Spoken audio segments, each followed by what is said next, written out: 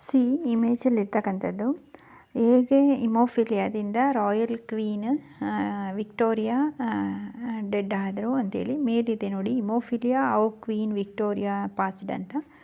ಇದು ಅಷ್ಟೇ, ಅವ್ರ ಫುಲ್ ಫ್ಯಾಮಿಲಿಲಿ ಇಷ್ಟು ಜನಕ್ಕೆ ಇಮೋಫಿಲಿಯಾದಿಂದ ಡೆಡ್ ಆದಂತು. ಸೊ ಹಾಗಾಗಿ ಇದನ್ನು ರಾಯಲ್ ಡಿಸೀಸ್ ಅಂತೇಳಿ ಕರೀತಾರೆ. Hi my dear student, last ಕ್ಲಾಸಲ್ಲಿ ನಾವು WBC, platelets and blood vessels, pulse ಇದ್ರ ಬಗ್ಗೆ ಡಿಸ್ಕಸ್ ಮಾಡಿದ್ವಿ.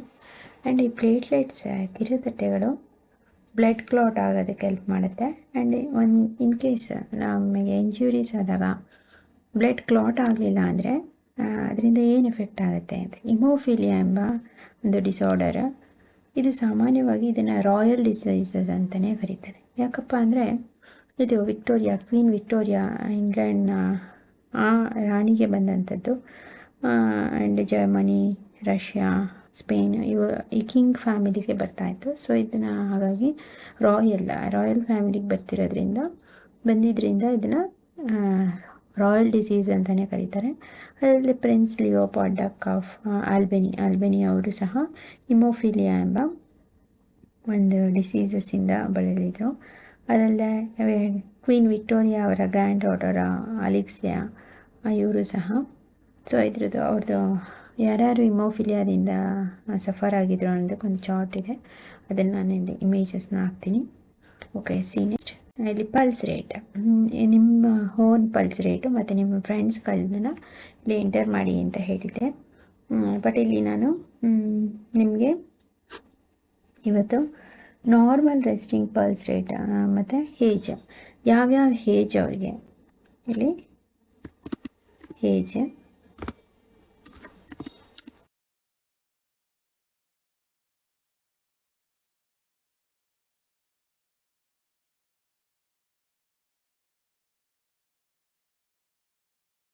ಆ್ಯಂಡ್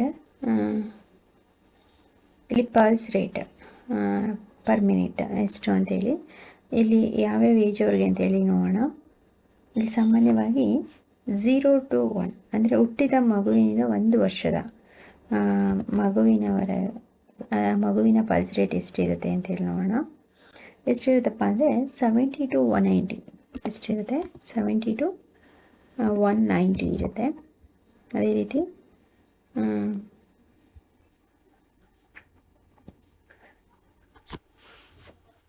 1 to 2 years, 1 ವರ್ಷದಿಂದ 2 ವರ್ಷವಿನ ಮಗುವಿನ ಪಲ್ಸ್ ರೇಟ್ ಎಷ್ಟಿರುತ್ತೆ ಅಂದರೆ 80 to 130, 80ರಿಂದ 130.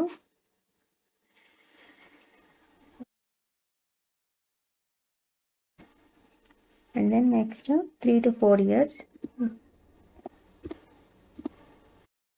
3 to 4 years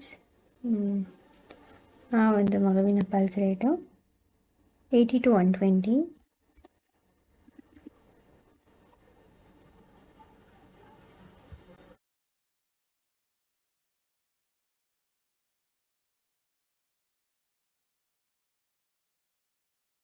and then 5 to 6 years ಅವ್ರಿಗೆ 75 to 150, 155 ರೇಂಜ್ ಇರುತ್ತೆ.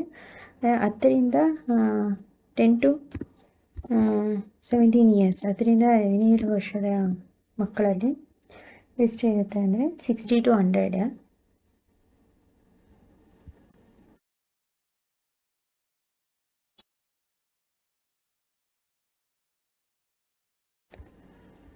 ಆ್ಯಂಡ್ ದೆನ್ 18 to 25, 65 ಪ್ಲಸ್ ಅವ್ರು ನೋಡೋಣ. 65, 65 ಪ್ಲಸ್ ಇರೋದು ಅವ್ರದ್ದು 66 to 72 ಇರುತ್ತೆ. ಕಡಿಮೆ ಆಗ್ತಾ ಬರುತ್ತೆ ಏಜ್ ಆಗ್ತಿದ್ದಾಗ ನೋಡಿ. ಎಷ್ಟಿರುತ್ತೆ 66 to 72. ಹೀಗೆ 18 to 25 ಆದರೆ 66 to 69 ಆಲ್ಮೋಸ್ಟ್ ಇಷ್ಟೇ ಬರುತ್ತೆ. ಇದು ಇಷ್ಟು ಏಜ್ ವೈಸ್ ಅಂದರೆ ಒಂದೊಂದು ಏಜ್ವರೆಗೆ ಒಂದೊಂದು ರೀತಿಯಾದಂಥ ಪಲ್ಸ್ ರೇಟ್ ಇರುತ್ತೆ. ಸೊ ಅದು ಏಜ್ ಪ್ರಕಾರ ಇಲ್ಲಿ ಇದನ್ನು ಕೊಟ್ಟಿದ್ದೀನಿ ನಾನು, ಏಜು ಮತ್ತು ಇದು ಪಲ್ಸ್ ರೇಟು. ರೆಸ್ಟಿಂಗ್ ಪರ್ಸನ್ಸ್ದು ಇದು. ನೀವು ಈ ಬಾಕ್ಸಲ್ಲಿ ನಿಮ್ಮ ಫ್ರೆಂಡ್ಸ್ ನಿಮ್ಮದನ್ನು ಪಲ್ಸ್ ರೇಟನ್ನು ಚೆಕ್ ಮಾಡಿ ಬರೀರಿ, ಓಕೆನಾ. ಸೊ ಓಕೆ, ಲಾಸ್ಟ್ ಕ್ಲಾಸಲ್ಲಿ ನಾವು ಬ್ಲಡ್ ವೆಸಲ್ಸ್ನ ಟೈಪ್ಸಲ್ಲಿ ಆರ್ಟರೀಸ್, ಅದು ಆಕ್ಸಿಜನೇಟೆಡ್ ಬ್ಲಡ್, ಆಮ್ಲಜನಕ ಯುಕ್ತ ರಕ್ತವನ್ನು ಹೃದಯದಿಂದ ದೇಹದ ಎಲ್ಲ ಭಾಗಗಳಿಗೂ ಸಾಗಿಸುತ್ತೆ ಅಂತೇಳಿ ಓದಿದ್ವಿ. ಸಿ ನೆಕ್ಸ್ಟ್ ವೇನ್ಸ್, ಅಭಿಧಮನಿ. ಆರ್ಟರೀಸ್ ಅಂದರೆ ಅಪಧಮನಿ, ವೇನ್ಸ್ ಅಂದರೆ ಅಭಿಧಮನಿ. ಇದ್ರ ಬಗ್ಗೆ ನೋಡೋಣ. Veins are the vessels which carry carbon dioxide rich blood. Arteries ಏನು ಮಾಡುತ್ತೆ, ಕ್ಯಾರಿ ಆಕ್ಸಿಜನ್ ರಿಚ್ ಬ್ಲಡ್. ಅದೇ ವೇನ್ಸ್ ಏನು ಮಾಡುತ್ತೆ, carry carbon dioxide rich blood from all parts of the body back to the heart. ದೇಹದ ಎಲ್ಲ ಭಾಗಗಳಿಂದ ಇಂಗಾಲದ dioxide, carbon dioxide ಯುಕ್ತ ರಕ್ತವನ್ನು ತಂದು ಎಲ್ಲಿಗೆ ಬಿಡುತ್ತೆ, ಹೃದಯಕ್ಕೆ ಬಿಡುತ್ತೆ. ಅದಾಯ್ತಾ? ಏನು ವೇನ್ಸ್, ಅಭಿಧಮನಿಯು ಇಸ್ ದ ವೆಸಲ್ಸ್, ಇದು ಒಂದು ನಾಳವಾಗಿದ್ದು which carry carbon dioxide rich blood from all parts. Carbon dioxide, ಇಂಗಾಲದ ಡೈಆಕ್ಸೈಡ್ ಯುಕ್ತ ಕಾರ್ಬನ್ ಡೈಆಕ್ಸೈಡ್ ಯುಕ್ತ ರಕ್ತವನ್ನು from all parts of the, ದೇಹದ ಎಲ್ಲ ಭಾಗಗಳಿಂದ ಬ್ಯಾಕ್ ಟು ದ ಹಾರ್ಟ್, ನಮ್ಮ ಹೃದಯಕ್ಕೆ ತಂದು ಬಿಡುತ್ತೆ. The veins have thin wall. Veins, ಅಭಿಧಮನಿಗಳು ತುಂಬ ತೆಳುವಾದ ಕೋಶಭಿತ್ತಿಯನ್ನು ಹೊಂದಿರುತ್ತೆ. ಅದೇ ಅಪಧಮನಿಗಳು ಥಿಕ್ ವಾಲ್ಸ್. ಆರ್ಟರೀಸ್ ಮತ್ತು ವೇನ್ಸನ್ನು ನೀವೇ ಡಿಫ್ರೆನ್ಶಿಯೇಟ್ ಮಾಡ್ತೀರಾ? ಅಂದರೆ 2-3 ಪಾಯಿಂಟ್ಸ್ ಡಿಫ್ರೆಂಟನ್ನು ಬರೀತೀರಾ ನೀವೇ, ಅದನ್ನು ಹೋಮ ಕ್ವಶನ್ಸ್ ಆಗಿ ತಗೋತೀರಾ, ಬರೀಬೋದು ಈಸಿಯಾಗಿ. ಅದ್ರ ಫಂಕ್ಷನ್ನು ಮತ್ತು ಅದ್ರ ರೋಲ್. ವೇನ್ಸ್, ಅಭಿಧಮನಿಗಳ ಕೋಶಭಿತ್ತಿ ತುಂಬ ತೆಳುವಾಗಿರುತ್ತೆ, thin wall. There are valves present in veins which allow blood to flow only towards the heart. ಏನು, ರಕ್ತವನ್ನು ಹೃದಯದ ಕಡೆಗೆ ಮಾತ್ರ ಹರಿಯುವಂತೆ ಮಾಡಲು ಅಭಿಧಮನಿಗಳಲ್ಲಿ ಕವಾಟಗಳಿವೆಯಂತೆ.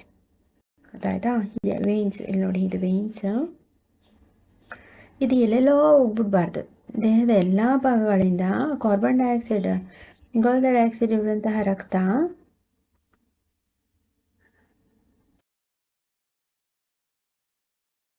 ಕೇವಲ ಎಲ್ಲಿಗೆ ಹೋಗಬೇಕು, ಹೃದಯದ ಕಡೆಗೆ ಮಾತ್ರ. There are the valves present veins which allow blood flow only towards the hearts. ಹೃದಯದ ಕಡೆಗೆ ಮಾತ್ರ ಆ ರಕ್ತ ಹರಿಯುವಂತೆ ಮಾಡೋದಕ್ಕೆ ಈ ವೇನ್ಸಲ್ಲಿ ಏನಿದೆ, ದ ವ್ಯಾಲ್ವ್ಸ್ ಅಂದರೆ ಕವಾಟಗಳನ್ನು ಹೊಂದಿದೆಯಂತೆ. ಅದಾಯ್ತಾ? ಆದರೆ ಅಪಧಮನಿಗಳಲ್ಲಿ, ಆರ್ಟರೀಸ್ ಆ ಥರ ಏನಿಲ್ಲ, ಕವಾಟಗಳೇನಿಲ್ಲ. ಈಗ ಫಾರ್ ಎಕ್ಸಾಂಪಲ್ ಇಲ್ಲಿ ನೋಡಿ, ಇದು ಹಾರ್ಟ್,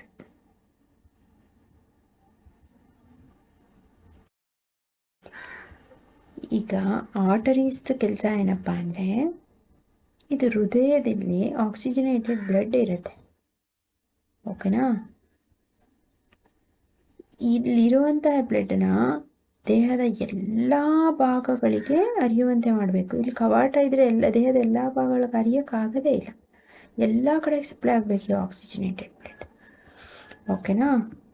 ಇದು ಆರ್ಟರೀಸ್ ಕೆಲಸ. ಆದರೆ ವೇನ್ಸ್ ಇದೆ ನೋಡಿ, ವೇನ್ಸ್ ಇದೆ. ಈ ವೇನ್ಸ್ ಏನಪ್ಪ ಅಂದರೆ, ದೇಹದ ಎಲ್ಲ ಭಾಗಗಳಿಂದ, ಅರ್ಥಾಯ್ತಾ, ಇಲ್ಲಿಂದ ಇಲ್ಲಿಂದ ಇಲ್ಲಿಂದ ಇಲ್ಲಿಂದ ಇಲ್ಲಿಂದ ಎಲ್ಲ ಇಂಗಾಲದ ಡೈಆಕ್ಸೈಡ್ ಯುಕ್ತ ರಕ್ತವನ್ನು, ಅಂದರೆ CO2, ಕಾರ್ಬನ್ ಡೈಆಕ್ಸೈಡ್ ಯುಕ್ತ ರಕ್ತವನ್ನು ದೇಹದ ಎಲ್ಲ ಭಾಗಗಳಿಂದ ಒಂದೇ ಪಾಯಿಂಟ್, ಇಲ್ಲಿಗೆ ಜಸ್ಟ್ ಎಲ್ಲ ಬಂದು ಹಾರ್ಟಿಗೆ ಸೇರಬೇಕು. ಈ ರೀತಿ ಮಾಡಬೇಕದು. ಈಗ ಮಾಡೋದಕ್ಕೆ ಅದಕ್ಕೆ ಏನಾಗುತ್ತೆ, ಕವಾಟಗಳಿದೆ, ಆಯಿತಾ. ಒಂದು ಪಾಯಿಂಟಿಗೆ ಇಲ್ಲಿ ಸೇರಬೇಕು. ಬಟ್ ಇದ್ದಾಗಲ್ಲ ಆಕ್ಸಿಜನೇಟೆಡ್ದು, ಎಲ್ಲ ಕಡೆಗೂ ಸಪ್ಲೈ ಆಗುತ್ತೆ, ಓಕೆನಾ. ಇದು ಸರಿ, ಹಾರ್ಟಿಂದ ಎಲ್ಲ ಕಡೆ ಸಪ್ಲೈ, ದೇಹದ ಎಲ್ಲ ಭಾಗಗಳಿಗೂ ಸಪ್ಲೈ ಆಗುತ್ತೆ. ಸೊ ಹಾಗಾಗಿ veins have valves, arteries have no valves. ಅರ್ಥ ಆಯ್ತಾ ಆರ್ಟರೀಸ್ ಮತ್ತು ವೇನ್ಸ್ದು? ಸಿ ಕೊಟ್ಟಿದ್ದಾರೆ ನೋಡಿ. ಇದು ಹಾರ್ಟ್ ಅಂದರೆ ಇದು ಲಂಗ್ಸ್ ಶ್ವಾಸಕೋಶ, ಇದು ಪಲ್ಮನರಿ ವೇನ್ಸ್, ಇದು ಪಲ್ಮನರಿ ಆರ್ಟರೀಸ್. ಇದ್ರದ್ದು ಫಂಕ್ಷನ್ ಹೇಳ್ತೀನಿ. ಇದು ವೇನ್ಸ್ ಇದೇನೆ ದೇಹದ ಎಲ್ಲ ಭಾಗಗಳಿಂದ ಹೃದಯಕ್ಕೆ ತಂದುಬಿಡೋದು. ಇದು ಹೃದಯದಿಂದ ದೇಹದ ಎಲ್ಲ ಭಾಗಗಳಿಗೂ ಇದು ಕಳಿಸೋದು ಆರ್ಟರೀಸ್. ಆಯಿತಾ? ಸ್ಕಮ್ಯಾಟಿಕ್ ಡಯಾಗ್ರಾಮ್ ಆಫ್ ಸರ್ಕ್ಯುಲೇಷನ್, ರಕ್ತ ಪರಿಚಲನೆ, ರಕ್ತ ಯಾವ ರೀತಿ ಚಲಿಸುತ್ತೆ ಅನ್ನೋದು ಒಂದು ಸ್ಮಾಲ್ ಡಯಾಗ್ರಾಮ್ನ ಹಾಕಿದ್ದಾರೆ. ಸಿ ಬ್ಲಡ್ ಡೊನೇಷನ್, ರಕ್ತದಾನ ಕೇಳಿರ್ತೀರಾ, ಯಾರಿಗೂ ತುಂಬ ಸೀರಿಯಸ್ ಆಗಿದೆ ಬ್ಲಡ್ ಡೊನೇಟ್ ಮಾಡಿ ಅಂತ ಕೇಳ್ತಿರ್ತಾರೆ. ಅಥವಾ ನಿಮ್ಮ ಬ್ಲಡ್ ಗ್ರೂಪ್ ಯಾವುದು ಅದನ್ನು 6 ಮಂತ್ಸ್ಗೆ ಇಯರ್ಲಿ ಒನ್ಸು ನಿಮ್ಮ ಬ್ಲಡ್ ಬ್ಯಾಂಕಿಗೆ ಹೋಗಿ, ಅಥವಾ ಕೆಲವೊಂದು ಶಿಬಿರಗಳು ನಡೀತಿರುತ್ತೆ, ರಕ್ತದಾನ ಶಿಬಿರ ಅಂತೇಳಿ, ಅಲ್ಲಿ ಬ್ಲಡ್ ಕೊಟ್ಟು ಬರ್ಬೋದು. ಅದು ಎಷ್ಟೋ ಜನ ಎಮರ್ಜೆನ್ಸಿಲಿರೋ ಪೇಷಂಟ್ಸ್ಗೆ ಯೂಸ್ ಆಗುತ್ತೆ ಅಂತೇಳಿ ಹೇಳ್ತಿರ್ತಾರೆ. ಹಾಗಾದ್ರೆ what is the meaning of blood donation? ರಕ್ತದಾನ ಯಾಕೆ ಮಾಡಬೇಕು, ಏನು? Hundreds of people die due to unavailability of blood. ನೂರಾರು ಜನ ಸರಿಯಾದ ಸಮಯಕ್ಕೆ ರಕ್ತ ಸಿಗದೆ ಸಾವನ್ನು ಅಪ್ಪಿದ್ದಾರೆ. Voluntary blood donation is harmless and painless. ತಾವೇ ಸ್ವತಃ ಇಚ್ಛೆಪಟ್ಟು ತಮ್ಮ ರಕ್ತವನ್ನು ದಾನ ಮಾಡೋದ್ರಿಂದ ಯಾವುದೇ ರೀತಿ ತೊಂದರೆ ಆಗಲ್ಲ, ಅದರಿಂದ ಯಾವುದೇ ರೀತಿ ಪೇನು ಸಹ ಇರಲ್ಲ. ಕ್ಯಾನ್ ಸೇವ್ ಪ್ರೀಶಿಯಸ್ ಲೈಫ್ಸ್, ಎಷ್ಟೋ ಜನರ ಜೀವಗಳನ್ನು, ಅವರ ಬದುಕನ್ನು ಉಳಿಸಿದಂತಾಗುತ್ತೆ. Blood can be donated at hospitals and other places authorised by the government. ನಾವು ರಕ್ತದಾನವನ್ನು ಎಲ್ಲೆಲ್ಲಿ ಮಾಡ್ಬೋದು? ಹಾಸ್ಪಿಟಲ್ಸ್ಗಳಲ್ಲಿ, ಆಸ್ಪತ್ರೆಗಳಲ್ಲಿ ಮತ್ತು ರಕ್ತದಾನ ಶಿಬಿರಗಳನ್ನು ನಡೆಸ್ತಕ್ಕಂಥ ಶಿಬಿರಗಳಲ್ಲಿ ನಾವು ಕರೆಕ್ಟಾಗಿ ಟೆಸ್ಟ್ ಮಾಡಿಸ್ಕೊಂಡ್ರಲ್ಲೋ ಸರ್ಕಾರ ನಡೆಸುವಂಥ ರಕ್ತದಾನ ಶಿಬಿರಗಳಲ್ಲಿ ರಕ್ತವನ್ನು ದಾನ ಮಾಡ್ಬೋದು. Donated bloods are stored with special care in blood bank. ನಾವು ಈ ರೀತಿ ರಕ್ತದಾನ ಮಾಡಿದಂತಹ ರಕ್ತವನ್ನು ಅತಿಯಾದ ಎಚ್ಚರಿಕೆ ಮುತುವರ್ಜಿಯಿಂದ ಸ್ಪೆಷಲ್ ಕೇರಲ್ಲಿ ವಿಶೇಷ ಕಾಳಜಿಯೊಂದಿಗೆ ಬ್ಲಡ್ ಬ್ಯಾಂಕ್, ರಕ್ತ ಬ್ಯಾಂಕ್ಗಳಲ್ಲಿ ಏನು ಮಾಡ್ತಾರೆ, ಆ ರಕ್ತವನ್ನು ಶೇಖರಣೆ ಮಾಡಿ ಇಡಲಾಗುತ್ತೆ.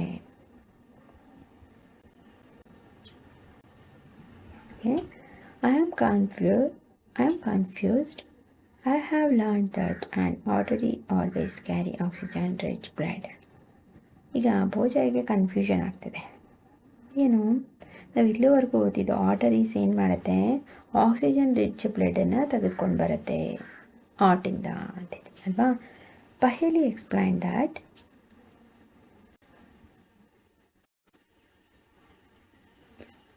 ಈ ಪಲ್ಮನರಿ ಆರ್ಟರಿ, ಪಲ್ಮನರಿ ವೇನ್ಸ್ ಸ್ವಲ್ಪ ಚೇಂಜ್ ಆಗುತ್ತೆ.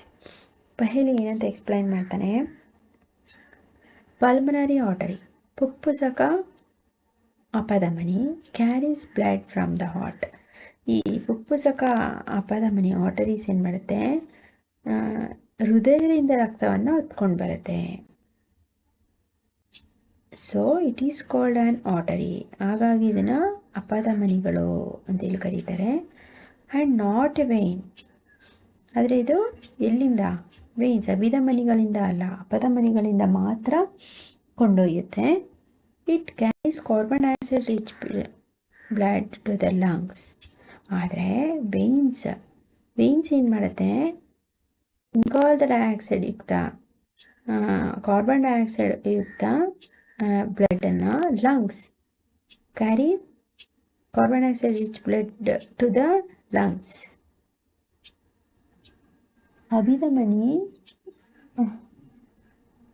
ಕಾರ್ಬನ್ ಡೈಆಕ್ಸೈಡ್ ಯುಕ್ತ ರಕ್ತವನ್ನು ಶ್ವಾಸಕೋಶಗಳಿಗೆ ಕೊಂಡೊಯ್ಯುತ್ತೆ, ಲಂಗ್ಸಿಗೆ ಕೊಂಡೊಯ್ಯುತ್ತೆ. Pulmonary vein carries oxygen rich blood from the lungs to the heart. ಆದರೆ ಪುಪ್ಪುಸಕ ಅಭಿಧಮನಿಯು ಆಮ್ಲಜನಕಯುಕ್ತ ರಕ್ತವನ್ನು ಶ್ವಾಸಕೋಶಗಳಿಂದ ಹೃದಯಕ್ಕೆ ಕೊಂಡೊಯ್ಯುತ್ತೆ. ಕನ್ಫ್ಯೂಸ್ಡ್ ಆಗಬೇಡಿ. ಇಲ್ಲಿ ವೇನ್ಸ್ ಇದೆಯಲ್ಲ, ಈ ಪಲ್ಮನರಿ ವೇನ್ಸ್ ಇದೇನು ಮಾಡುತ್ತೆ ಗೊತ್ತಾ, ಈಗ ನಮ್ಮ ಶ್ವಾಸಕೋಶಕ್ಕೂ ಆಕ್ಸಿಜನೇಟೆಡ್ ಬ್ಲಡ್ ಬೇಕಲ್ವಾ, ಈ ಲಂಗ್ಸ್ಗೂ ಬೇಕಲ್ಲ, ನಾವು ಉಸಿರಾಡ್ತಕ್ಕಂಥ ಈ ಲಂಗ್ಸ್ಗೂ ಆಕ್ಸಿಜನೇಟೆಡ್ ಬ್ಲಡ್ ಬೇಕು. ಸೊ ಅದನ್ನು ತೆಗೆದುಕೊಂಡು ಹೋಗೋದು ಯಾವುದು ಅಂದರೆ ಪಲ್ಮನರಿ ವೇನ್ಸ್ ಅಷ್ಟೆ. ಆದರೆ ನಾವು ಫಸ್ಟ್ ವೇನ್ಸ್ ಓದಿದ್ದೀವಿ, ಇದು ಕಾರ್ಬನ್ ಡೈಆಕ್ಸೈಡ್ ಯುಕ್ತ ರಕ್ತವನ್ನು ಹೃದಯಕ್ಕೆ ತಂದು ಬಿಡುತ್ತೆ ಅಂತ. ಅದು ವೇನ್ಸ್ ಮಾತ್ರ ಮಾಡುವಂಥದ್ದು, ಇದು ವೇನ್ಸ್, ಅರ್ಥ ಆಯ್ತಾ. ಬಟ್ ಇಲ್ಲಿಗೆ ತಂದು ಬಿಡುತ್ತೆ. ಆದರೆ ಇದರಲ್ಲಿರ್ತಕ್ಕಂತಹ ಆಕ್ಸಿಜನೇಟೆಡ್ ಬ್ಲಡ್ಡನ್ನು ಇಲ್ಲಿಂದ ಈ ಲಂಗ್ಸಿಗೆ ತೆಗೆದುಕೊಂಡು ಹೋಗೋದು ಈ ಪಲ್ಮನರಿ ವೇನ್ಸ್ ಇದೆ ಅಂದ ತಕ್ಷಣ ಬರೀ ಇದು ಕಾರ್ಬನ್ ಡೈಆಕ್ಸೈಡ್ನೇ ತಗೊಂಡು ಪುಪ್ಪುಸಕ ಅಭಿಧಮನಿ, ಅರ್ಥ ಆಗ್ತಿದೆಯಾ. ಇದೇನು ಮಾಡುತ್ತೆ, ಆಕ್ಸಿಜನೇಟೆಡ್ ಬ್ಲಡ್ಡನ್ನು ಲಂಗ್ಸಿಗೆ ಕೊಂಡೊಯ್ಯುತ್ತೆ, ಅರ್ಥ ಆಯ್ತಾ. ವೇನ್ಸ್ ಅಂದ ತಕ್ಷಣ ಇದು ಬರೀ CO2 ಮಾತ್ರ ತಂದುಬಿಡುತ್ತೆ, CO2 ಮಾತ್ರ ತಂದುಬಿಡೋದು ಹಾರ್ಟ್ಗೆ ಅಂತಲ್ಲ. ಅದು ವೇನ್ಸ್ ಕೆಲಸನೇ. ವೇನ್ಸ್ ಬರೀ ಅಭಿಧಮನಿಯ ಕೆಲಸ ವೇನ್ಸ್ಗೆ CO2 ಬ್ಲಡ್ಡನ್ನು ತಂದುಬಿಡೋದು. ಆದರೆ ಈ ಹಾರ್ಟಲ್ಲಿರ್ತಕ್ಕಂತಹ ಆಕ್ಸಿಜನೇಟೆಡ್ ಬ್ಲಡ್ಡನ್ನು ಲಂಗ್ಸ್ಗೆ ತೆಗೆದುಕೊಂಡು ಹೋಗಿ ಕೊಡೋದು ಪಲ್ಮನರಿ ವೇನ್ಸ್, ಅರ್ಥ ಆಯ್ತಾ. Pulmonary veins carries oxygenated rich blood from lungs to the heart. Lungs in the heart. ಅರ್ಥ ಶ್ವಾಸಕೋಶದಿಂದ ಇಲ್ಲಿಂದ ಇಲ್ಲಿಗೆ ತಂದು ಬಿಡೋದು. ಶ್ವಾಸಕೋಶದಲ್ಲಿರ್ತಕ್ಕಂಥ ಆಕ್ಸಿಜನೇಟೆಡ್ ಬ್ಲಡ್ಡನ್ನು ಹಾರ್ಟಿಗೆ ತಂದು ಬಿಡೋದು ಯಾವುದು, ಈ ಪಲ್ಮನರಿ ವೇನ್ಸ್. ಇದೆ ನೋಡಿ, ಅಪ್ ಸೈಡ್ ಇದೆ, ಇದು ಡೌನ್ವರ್ಡ್ ಹ್ಯಾರೋ ಇದೆ, ಹೌದಾ. ಆಮ್ಲಜನಕಯುಕ್ತ ರಕ್ತವನ್ನು ಶ್ವಾಸಕೋಶಗಳಿಂದ ಹೃದಯಕ್ಕೆ ತಂದು ಬಿಡೋದು ಪಲ್ಮನರಿ ವೇನ್ಸ್, ಆಯ್ತಾ. Okay, refer to figure 11.3. Do you see the arteries divided into smaller vessels.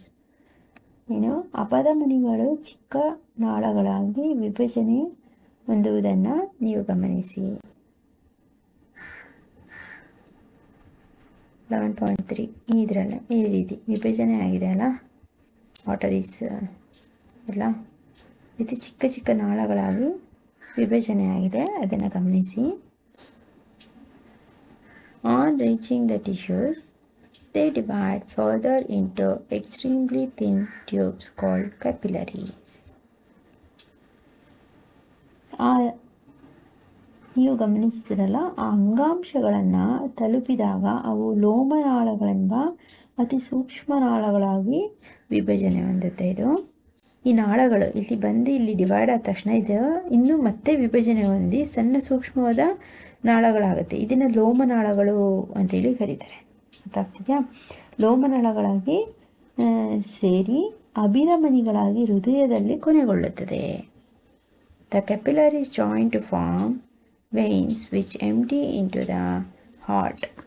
ಏನಾಗುತ್ತೆ, ಇದು ಇಲ್ಲಿ ಆರ್ಟರೀಸಲ್ಲಿ ಬಂದಿದ್ದು ಈ ನಾಳಗಳು ವಿಭಜನೆ ಹೊಂದಿದ ನಂತರ ಅದನ್ನು ಈ ನಾಳಗಳನ್ನ ಲೋಮನಾಳಗಳು ಅಂತೇಳಿ ಕರೀತಾರೆ, ಆಯಿತಾ. ಈ ಲೋಮನಾಳಗಳು ಏನಾಗುತ್ತೆ, ಇದೆಲ್ಲ ಜಾಯ್ನ್ ಆಗಿ ಸೇರಿ ಎಲ್ಲಿಗೆ ಮತ್ತೆ ನೋಡಿ, ಇದು ಹಾರ್ಟಿಗೆ ಜಾಯ್ನ್ ಆಗಿದೆ, ಗೊತ್ತಾಗ್ತಿದೆ. ಇಲ್ಲಿ ಬಂದು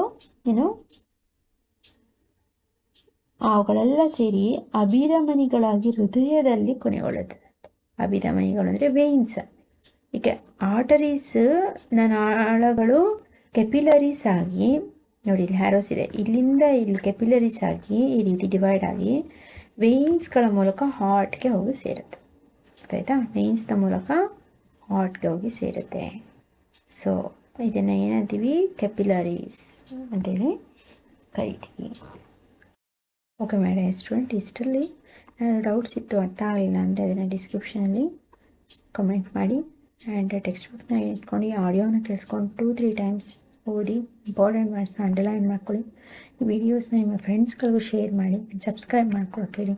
ಅವರಿಗೆ ಸರ್ಚ್ ಮಾಡೋ ಅವಶ್ಯಕತೆ ಇರೋಲ್ಲ, ಈಸಿಯಾಗಿ ನಾನು ಹಾಕ್ತಕ್ಕಂಥ ವೀಡಿಯೋಸ್ ಕಂಟಿನ್ಯೂಸ್ ಆಗಿ ಸಿಕ್ಬಿಡುತ್ತೆ. ಆ್ಯಂಡ್ ಪ್ಲೇಲಿಸ್ಟ್ ಚೆಕ್ ಮಾಡಿ, ಎಲ್ಲ ಒಂದು ಲೆಸನ್ ಕಂಪ್ಲೀಟ್ ವೀಡಿಯೋಸ್ ಸಿಗುತ್ತೆ. ಇದನ್ನು ನೆಕ್ಸ್ಟ್ ಕ್ಲಾಸಲ್ಲಿ ಕಂಟಿನ್ಯೂ ಮಾಡೋಣ. ಇವತ್ತಿನ ಹೋಮ್ ಕ್ವಶನ್ಸ್ನ ತೊಗೊಳ್ಳಿ.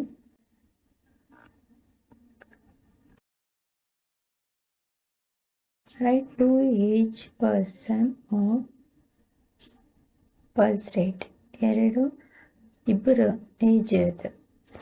ವ್ಯಕ್ತಿಗಳ ಬೇರೆ ಬೇರೆ ಏಜ್ ಅವ್ರದ್ದು ಪಲ್ಸ್ ರೇಟನ್ನು ಬರೀರಿ. What is veins? Explain. Veins ಅಂದರೆ ಏನು ಎಕ್ಸ್ಪ್ಲೈನ್ ಮಾಡಿ. Draw a schematic diagram of circulation. ಈ ಡಯಾಗ್ರಾಮ್ನ ಬರೀರಿ. What is blood donation? Blood donation ಅಂದರೆ ರಕ್ತದಾನ ಅಂದ್ರೇನು? Where the blood is stored. ರಕ್ತವನ್ನು ಎಲ್ಲಿ ಸಂಗ್ರಹಣ ಮಾಡಿರ್ತಾರೆ. And write the functions of pulmonary veins and pulmonary arteries. Pulmonary veins ಮತ್ತು ಪಲ್ಮನರಿ ಆರ್ಟರೀಸ್ ಫಂಕ್ಷನ್ ಬರೀರಿ. And what is capillaries? Capillaries ಅಂದ್ರೇನು? Is capillaries explain. ಅಷ್ಟು. ನಾ ಟೆಕ್ಸ್ಟ್ ಬುಕ್ ಇಟ್ಕೊಂಡು ಆಡಿಯೋನ ಕೇಳಿಸ್ಕೊಂಡು ನೀವೇ ಆನ್ಸರ್ ಮಾಡೋಕ್ಕೆ ಟ್ರೈ ಮಾಡಿ. 2-3 ಟೈಮ್ಸ್ ಕೇಳಿ, ಖಂಡಿತ ಅರ್ಥ ಆಗುತ್ತೆ. Okay my dear student, thank you.